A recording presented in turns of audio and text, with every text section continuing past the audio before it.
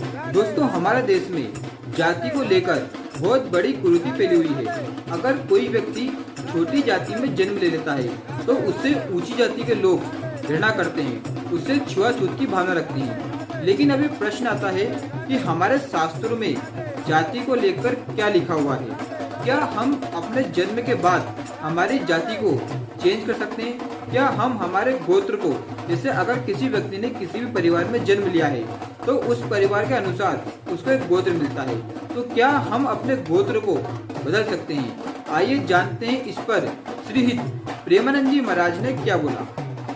आज इस वीडियो में हम बात करने वाले हैं एक ऐसे संत के शब्दों की जो सिर्फ दिल को नहीं छूते बल्कि समाज को एक मार्गदर्शन देते हैं, एक दृष्टिकोण देते हैं। जब भी हमारे समाज में कई सारी कुरीतियां फैली हुई हैं, लेकिन जिसके मन में जो भी प्रश्न होता है वो श्री प्रेमानंद जी महाराज से आकर पूछता है और प्रेमानंद जी महाराज उसका एक इतना अच्छा और परफेक्ट सोल्यूशन देते हैं कि सबको लगता है कि हाँ, ये परफेक्ट आंसर है और यही होना चाहिए।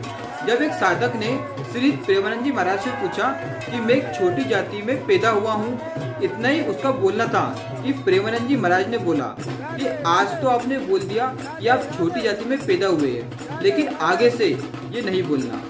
आखिर क्यों प्रेमानंद जी महाराज ने उनसे ये कहा, आइए समझते हैं। श्री प्रेमानंद जी महाराज ने कहा कि जब आपने भगवान का आश्रय ले लिया है, आपने अपने आप को भगवान को समर्पित कर दिया है, तो आप भगवान के गोत्र के हो, आप अच्युत गोत्र के हो। आपका शरीर जिस गोत्र में, जिस जाति में जन्मा है, अब आपका वो नहीं रहा है, क्योंकि आपने अपने आप को भगवान को समर्पित कर दिया है। आपने गुरु का आश्रय ले लिया है, तो जो गुरु का और भगवान का गोत्र है, अब वही गोत्र आपका है। तो आप अब ये कभी भी मत बोलना कि आप छोटी जाति के हैं। आपने तिलक लगाया है, आपने कंठी पहनी है, तुलसी माला पहनी है और आपने भगवान का आश्रय लिया है, तो अब आप भगवान के गोत्र के हो, न कि आप छोटी जाति के हो। वो चांडाल भी श्रेष्ठ है जो भगवान का भजन करती है, जो भगवान का नाम जप करती है। हम उनके चरणामृत पी सकते हैं, लेकिन अगर कोई व्यक्ति ब्राह्मण कुल में पैदा हुआ है लेकिन वो भजन नहीं करता है और उसमें कई सारे अवगुण हैं जो शास्त्र विरुद्ध है, जिनकी शास्त्र आज्ञा नहीं करता है, तो वो कोई विशेष नहीं है हमारे लिए, वो कोई काम का नहीं है। लेकिन अगर कोई छोटा जाति का व्यक्ति है, अगर वो भगवान का भजन कर रहा है, भगवान के लिए पूरी तरह से समर्पित है, लेकिन अगर कोई व्यक्ति छोटी जाति का है लेकिन वो भगवान का भजन कर रहा है, पूरी तरह से भगवान पर समर्पित है, उसने गुरु का आश्रय ले लिया है, तो फिर वो छोटी जाति का नहीं है, वो उसी गोत्र का है जिस गोत्र के भगवान है।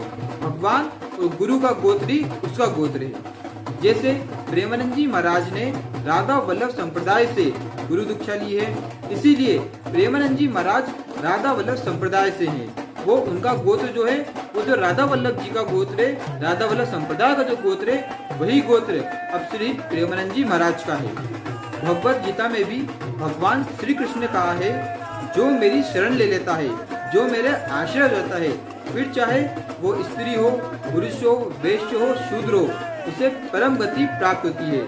जब भगवान भेदभाव नहीं करते हैं तो मैं और आप कौन होते हैं जो जातियों में भेदभाव करें?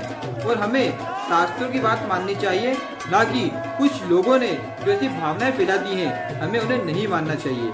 आज श्री प्रेमानंद जी महाराज को फॉलो करने वाले, उनकी बातों को मानने वाले करोड़ों लोग हैं। इसलिए जब भी उनके मन में समाज के जो भी कुरीतियां फैली हुई है, उनको लेकर कोई भी प्रश्न आता है तो वो प्रेमानंद जी महाराज से जरूर पूछते हैं। जैसे कुछ दिनों पहले तिरुपति बालाजी में मांस युक्त, चर्बी युक्त लड्डू का भोग लगा दिया गया था।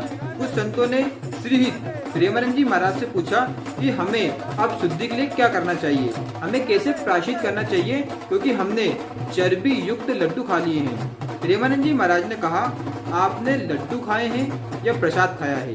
क्योंकि जब वो भगवान को अर्पित हो गया तो वो प्रसाद है, अब वो चर्बी युक्त लड्डू नहीं बचे। अगर आपने ये सोच के खाया कि मैं चर्बी युक्त लड्डू खा रहा हूँ और प्रसाद का आपके मन में भाव नहीं है, तो फिर बात अलग है। और अगर आपने प्रसाद खाया है तो वहाँ पर आपको प्रायश्चित करने का, उन्हें सोचने का भी कोई हक नहीं बनता है, क्योंकि आपने प्रसाद पाया है, ना कि आपने चर्बी युक्त लड्डू पाए हैं।